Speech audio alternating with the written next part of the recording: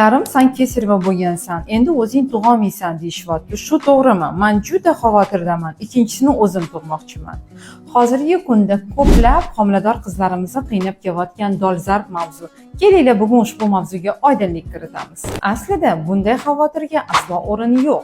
Chunki hozirgi zamon 21-asr tibbiyot rivojlangan vaqtda birinchi kesirva secheniyadan keyin 60 hamda 85% holatlarda tabiiy tug'ruq kuzatilmoqda.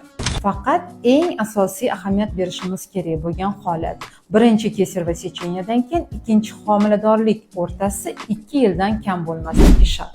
Chunki aynan 2 yil muddat ichida chandiq bitadi hamda teri holati yaxshilanadi.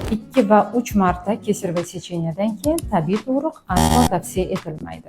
Shuningdek, quyidagi muhim faktorlar kesirva secheniyadan keyin tabiiy tug'ruqqa xalaqit berishi mumkin. Homilador ayolning yoshi kattaligi, homilador ayolning vazni ortiqligi hamda tug'ilayotgan homilani vazni 4 kilodan yuqoriligi to'sqinlik qiladi. Shunday ekan, go'zal homilador qizlarimiz aslo xavotir olmang. Agar sizda birinchi tug'ruq tibbiy ko'rsatmalarga binoan kesirva secheniya yo'li orqali bo'lgan bo'lsa, ikkinchi homiladorligingizni albatta 2 yildan keyinga rejalashtiring va siz bemalol farzandingizni tabiiy tug'ruq yo'li orqali dunyoga keltirishingiz mumkin.